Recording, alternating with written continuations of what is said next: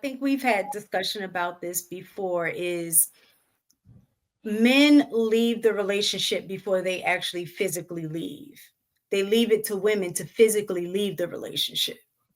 So that's kind of what she's getting at. So if you're in a relationship, right, and let's say you're out with other women, you're cheating and dating and doing your own thing, but you have a woman at home and you're not engaged in the relationship that you're with, but you are still living in the home and everything like that, but you haven't physically left the relationship. And then the woman decides to leave. Did you I leave think the relationship? I, I guess that's kind of what she's getting at, because we've kind of talked about that before on these shows one time. y'all being Um, disingenuous no, because let's just no, keep I'm it not real. being disingenuous. I'm telling you Oh, that was a hey, hold on, y'all. conversation. Let's try to get Ali and Ari in That there was a first before we. conversation. Actually, that was like a while back. That was one time when Trill was on the show. That was a conversation that had been had, that was said that a lot of times men will stay in a relationship even though they know the relationship is over. They don't want to be the bad guy, but they will stay in the relationship, do what they're doing, and then eventually the woman will leave, and then they'll say, well, the woman left, so they won't be the bad guy. I'm not saying this. I'm saying this is what was said by another man. So that's why I was saying for clarification. So and I think that was kind of along the lines of what Crayola was saying, is that men leave. So I think y'all are trying to Hey, come. Will, hold on real quick before y'all have that back and forth. Let's try to get back on topic. Let's get Aisha in there.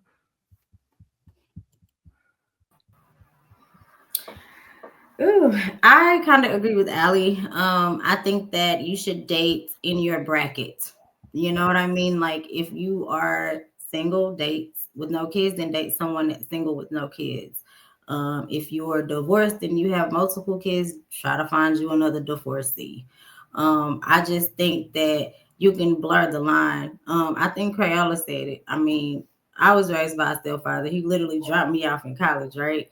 But I also had a really, really good dad too. So I had, you know what I mean? I had both, had a relationship with both. So from my perspective, a stepfather has always been great.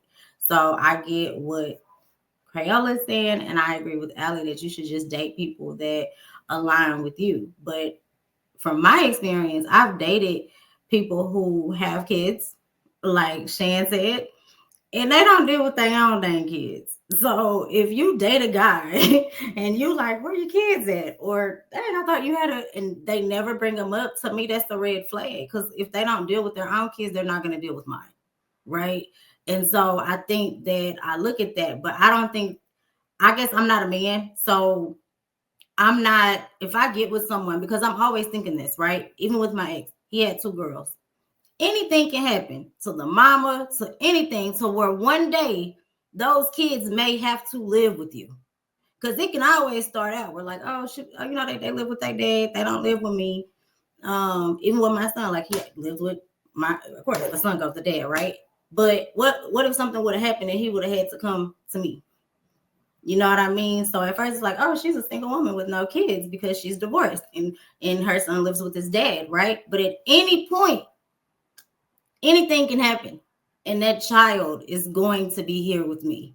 And I think that kind of, I don't know your name, that kind of changes it to me, because you can say, oh well, try to send a kid with his dad or whatever, but anything can happen to where that child can still end up in your house. You have to know that if you're dating someone at any point that has a child, that child is going to at some point be your responsibility, point blank, period. And if you're not willing to take on those responsibilities as a man, then just don't date that woman. Just don't waste her time.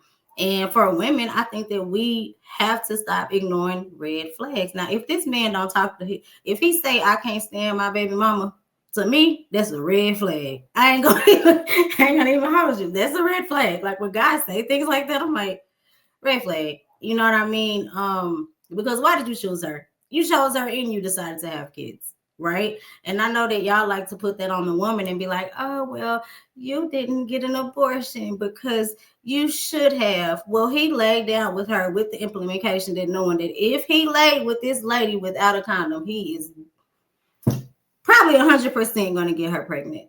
Some women, they've been telling us since what, 6th grade, not to have babies on both sides, men and women. So why is it always the responsibility of the woman when the man is supposed to be the leader and is supposed to be the one making the smart choices? Aisha, you want to know the answer to answer your question? You want to know the reason why? Is the responsibility falls on you?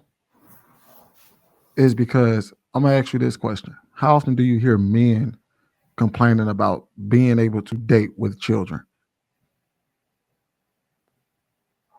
I've heard men say it. I don't know how often, but I've heard it.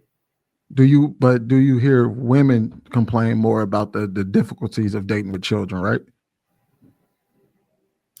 I feel like a while ago it was, but I feel like I don't hear that because even with me, like I have a nanny, like we are very innovative today. Like no, I mean like I don't have those same issues that I had. You know what I mean? Like I think so that my you telling me women don't. Myself, my main issue would be because I don't want to bring anybody, like Shan said, I'm not going to bring too many people in and out of my child's life, right? So I almost feel like to bring somebody in my child's life, we need to be engaged, or you know what I mean? Like literally, it needs to be that serious. So you don't see no reason for me to meet them because I've dated dudes they've never met my child. Like no, I'm not saying that. What I'm saying is you don't see women have an issue with, say for instance, you've heard the conversations. For example, I'm sure that video we just reacted to, right? How I'm sure he was met with a lot of backlash for the statements that he was making, right? Right. And that tends to be women's sentiment when men talk about how they don't want to date women with children. And women tend to respond because they understand, like you hear women say that there's difficulty with dating because a lot of men feel like they shouldn't date women with children. That's the difference. I don't think the conversation. Y'all don't think the conversation about. I don't think that the conversation is that men should want to date us when we have children. I think the issue is when we're being devalued because we have children. You know, it's fine if you don't want to date me. I don't want to date anybody that doesn't want to date me, right? But I also don't want to be told that my value is less because I have kids, and I think that's where people get pissed off. So fair enough. And even if that's the case, right? You want to be seen as valuable, right? So what happens is, and y'all, and this is what happened to Aisha's point where she would say things like, well, it took two to tango. Well, the problem is the person that you want to be valued by is the person, in general, not just you, in general. The person you want to be valued by is the outside person looking in. So the person on the outside is the one that is experiencing you. He's not experiencing your baby daddy. He's not experiencing. So when you say, well, it takes two of us to tango, well, that doesn't matter to me because the only person I'm encountering is you and your children. And that's how this whole conversation wound up coming to a head where we're talking about, oh, well, hold the men accountable. Well, it's not the men that are approaching saying, hey, look, it's difficult for me to date and I feel devalued because I have children. It's the women coming to platforms telling us how they should be valued even if they have children. And men are saying, that's not high up on our list of things that we value in women.